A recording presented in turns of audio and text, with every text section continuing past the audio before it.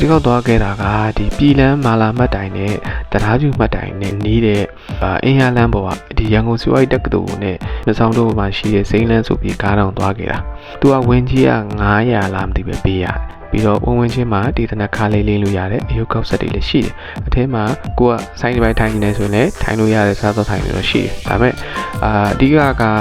ဝင်ချင်း900ပဲပေးပြီးတော့ဒီ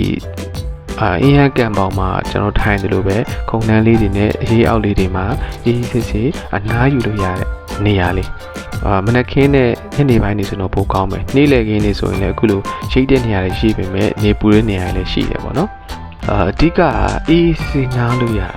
ဒီကိုအေးချမ်းချမ်းလေးနဲ့နားယူခြင်းနဲ့ဆိုလို့ရှိရင်အဆင်ပြေတယ်ဒီမှာဆိုကြည့်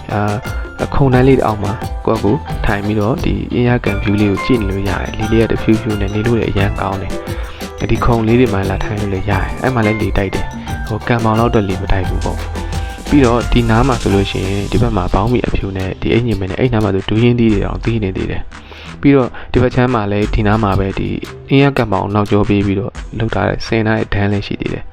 ဒီမှာခလေးတွေပါလာရင်ဒါမှမဟုတ်မကြီးမငယ်နဲ့ဆော့ခြင်းနဲ့ဒီမှာခလေးကစားခွင့်ရှိတယ်ဆော့လို့ရတယ်ပေါ့နော်အဓိကကတော့ဒီတခါတလေကိုကစိုင်းနေပဲထိုင်လိုက်မုတ်တွေပတ်စားလိုက်ဈေးတွေဝယ်လိုက်ငင်းငွေလာပြီဆိုလို့ရှိရင်ကိုတယောက်တည်းပဲဖြစ်ဖြစ်တငယ်ချင်းတွေနဲ့ပဲဖြစ်ဖြစ်